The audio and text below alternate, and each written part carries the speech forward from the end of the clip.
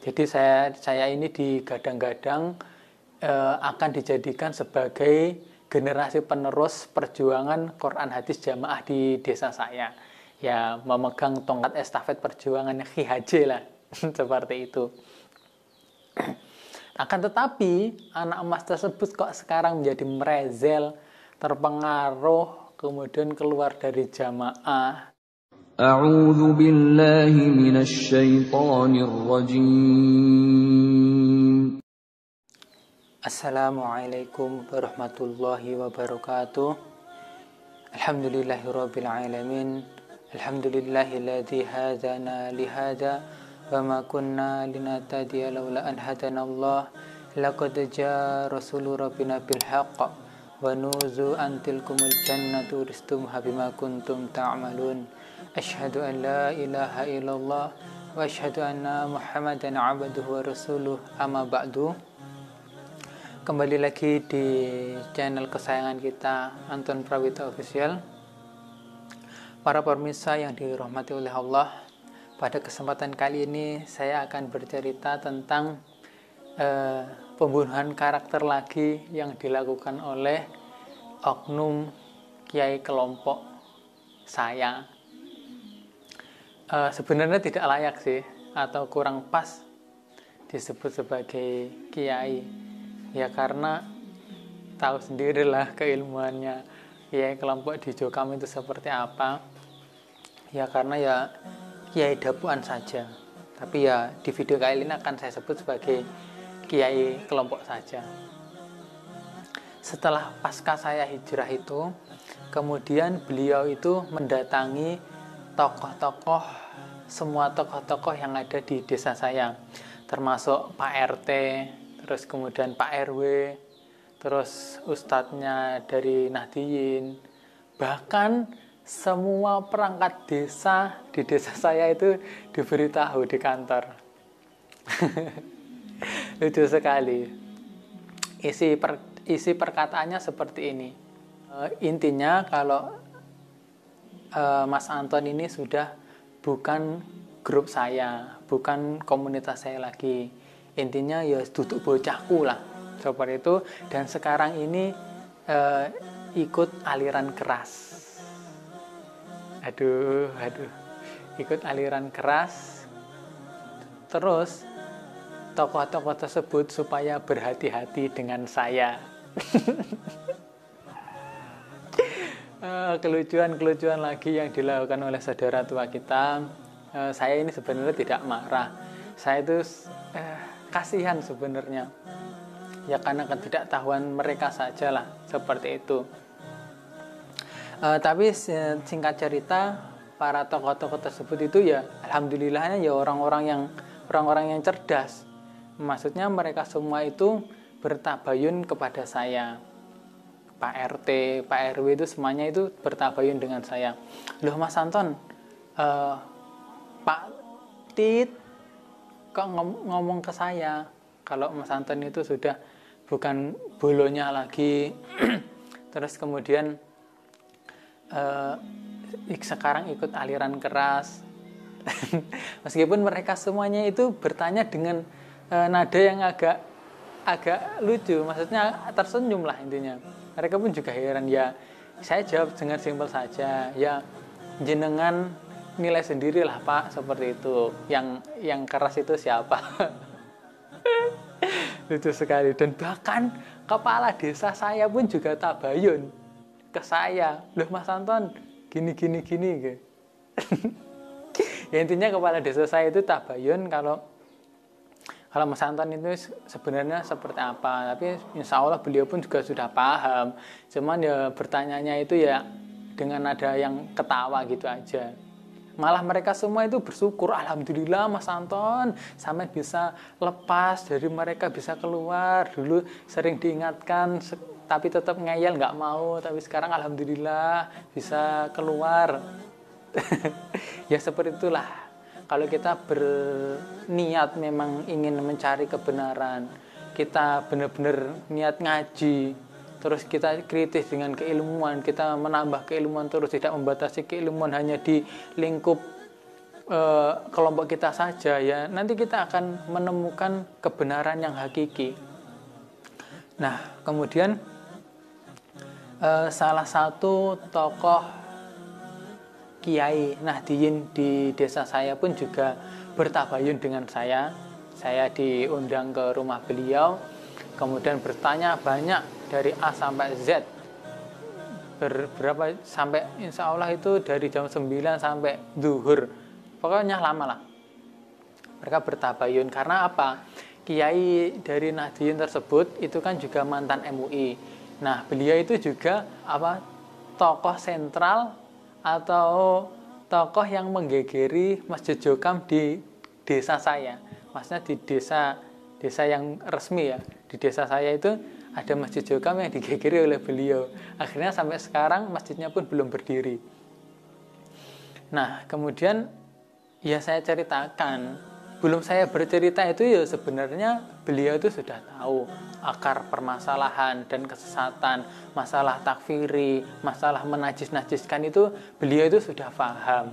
Tapi ingin bertabayun lagi, ingin memastikan, ingin memantapkan dengan bertanya dengan saya. Ya saya jawab apa adanya. Ya kalau baik saya jawab baik, saya bilang baik.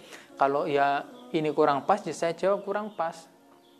Kemudian bahkan saya sama beliau, sama mantan MUI Mbah Yai tersebut, saya dihadiahi kitab Al-Quran Cordoba. Ini besar dan tebal. Besok lah ini nanti akan kita review ya, kitab pemberian dari beliau. Dan bahkan saya dihadiahi kitab ini loh. Kan ya lucu, masa orang yang ikut aliran keras terus teman-temannya para kiai, teman-temannya para ustadz, kemudian rajin ngaji, rajin taklim, ngaji sama gus-gus, kan ya lucu. Terus yang menuduh sesat malah beliaunya eksklusif, tidak mau membaur dengan yang lain. Jika merasa paling benar tidak berani menampakkan kebenarannya, kan ya lucu. Ya kita doakan sajalah. Semoga Pak Yai tersebut, Pak Yai kelompok saya itu, Allah memberikan hidayah taufik dan Allah membukakan hatinya sehingga bisa menerima kebenaran yang hak. Ya sebenarnya saya hampir setiap hari itu sering ketemu di kantor kelurahan. Terus ya memang namanya juga dekat ya, satu desa pasti jika sering ketemu, apalagi kita satu pemerintahan desa. Tapi ya kalau di depan saya itu ya seperti tidak ada apa-apa, ya seperti tidak ada masalah apa-apa. Tapi kalau di belakang ya saya sih sebenarnya tidak marah. Saya ini ya sangat sayang beliau. Beliau itu sudah saya anggap sebagai bapak saya sendiri. Serius, beliau sudah saya anggap sebagai bapak saya sendiri. Ya mungkin beliau itu kecewa dengan saya. Karena ya saya ini kan, beliau pernah bilang kalau saya ini ya anak emasnya. Jadi saya ini digadang-gadang akan dijadikan sebagai generasi penerus perjuangan Quran hadis jamaah di desa saya. Ya memegang tongkat estafet perjuangan Ki Haji lah. Seperti itu. Akan tetapi anak emas tersebut kok sekarang menjadi merezel, terpengaruh, kemudian keluar dari jamaah, kan ya pasti kecewa lah. Namanya juga berharap, mungkin ada rasa berharap kepada saya. Ya sebenarnya saya tidak ingin keluar atau menjauh dari mereka, itu ya tidak pengen. Nah, akan tetapi mereka tidak mau kok diajak ngobrol baik-baik, diajak buka kitab, itu ya sulit. Terus juga kalau lama-lama di sana ya gimana kalau kita nggak bisa berdakwah di sana? Ya mau nggak mau ya saya harus keluar, terus menambah keilmuan, kemudian ya sharing-sharing dengan ulama-ulama atau dai banyak. Ulama dari Nahdiyin, ulama dari Muhammadiyah. Ya kita sharing atau bertanyalah. Fas'alu 'ala dzikri in kuntum la ta'lamun. Bertanyalah kepada ahlinya. Jika kamu tidak tahu, ya saya bertanya lah. Ketika saya bertanya, saya nggak boleh nggak boleh menuntut atau mencari keilmuan di luar golongan jokam. Kan ya lucu. Nah, mungkin jika Pak Yai tersebut melihat video saya ini, saya ingin bertemu sama beliau. Nomor saya pun tidak diblokir sama beliau. Nomor saya pun masih disimpan insya Allah sama beliau. Soalnya terkadang beliau juga masih melihat story WA saya. Ya, kalau bisa, ayo kita ketemu, ngobrol baik-baik. Kita ngobrol membahas agama gitu loh. Jika memang yang saya pahami itu salah, ya tunjukkan, tolong ditunjukkan benarnya itu seperti apa. Oh, ini loh Mas Anton, yang benar seperti ini. Insya Allah saya akan menerima.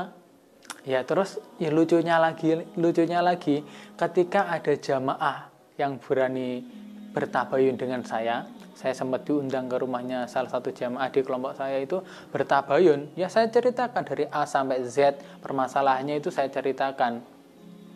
Akan tetapi besok lusanya itu langsung beliau jamaah itu diterobosin sama Pak Yai kelompoknya. Mungkin takut terpengaruh. Ya, kok sampai segitunya? Ya, saya bilang ke jamaah tersebut, jika memang di jamaah ini benar, ayo saya siap dipertemukan dengan siapapun. Saya dipertemukan dengan Pak Yai kelompoknya siap, dipertemukan dengan Pak Yai daerahnya pun juga siap. Saya dipertemukan dengan mubalik daerahnya pun saya juga siap. Siapapun, saya sendiri nggak masalah. Harusnya kalau jika memang benar ya berani saja. Kenapa? Nggak ada yang harus ditakutkan kan? Terus disaksikan oleh jamaah tersebut. Ini semua membawa argumennya masing-masing. Kan itu kan enak. Kita ngobrol baik-baik, kita diskusi. Terus jamaah yang pengen tabayun itu tadi kita hadirkan juga, bisa melihat mana yang ilmiah, mana yang mencocokkan dengan kebenaran, yang bisa menunjukkan ini loh Quran hadisnya itu seperti ini. Itu kan enak loh. Tapi ya itu tadi, jamaah tersebut ya masih takut untuk keluar. Saya pun bersyukur ada jamaah yang berani bertabayun lah. Nah, itu kan sudah melanggar ijtihad sebenarnya. Itu pun saya juga, wah ini sudah berani membuka sosmed, sudah berani lihat-lihat YouTube, itu ya alhamdulillah. Meskipun saya pun juga bilang, nggak harus keluar dari jokam, keluar dari jamaah itu enggak. Siapa sih yang pengen atau yang mengajak terus jamaah ini harus bubar, terus harus keluar dari jamaah? Tidak. Yang penting kita memiliki pemahaman yang benar. Di luar kelompok kita itu tetap Islam. Di luar kelompok kita itu bukan orang kafir. Terus juga kita boleh bermakmum sama mereka, sholat sama mereka, mereka juga Islam. Kita boleh menikah sama saudara muslim kita yang ada di Nahdliyin, saudara muslim kita yang ada di Muhammadiyah, itu boleh. Tayyib, mungkin cukup sekian di video kali ini. Jika banyak kurangnya atau tidak mengenakan di hati saudara-saudara di Jokam atau di hati Pak Yai kelompok saya meminta maaf yang sebesar-besarnya. Saya pun berharap bahwa hubungan kita, hubungan anak dan bapak ini tidak terputus atau terhenti setelah kejadian-kejadian seperti ini. Harusnya kalau bapak yang baik, jika anaknya itu menyeleweng atau merezel, itu harusnya ditabayun, harusnya ditanya, ada apa? Seperti itu, itulah orang tua yang baik. Jika anaknya ini tidak benar, ya diarahkan ke rel yang benar. Harusnya seperti itu. Tapi sampai detik ini, dari tahun 2020 sampai tahun 2022 ini tidak ada komunikasi dari Pak Yai kelompok bertabayun dengan saya. Ada apa toh Mas Anton? Seperti itu nggak ada. Bahkan sampai sekarang. Ya, semoga setelah melihat video ini hatinya bisa terbuka, bisa ngobrol baik-baik dengan saya. Syukran ala ihtimamikum, jazakumullahu khairan wa barakallahu fikum. Assalamualaikum warahmatullahi wabarakatuh.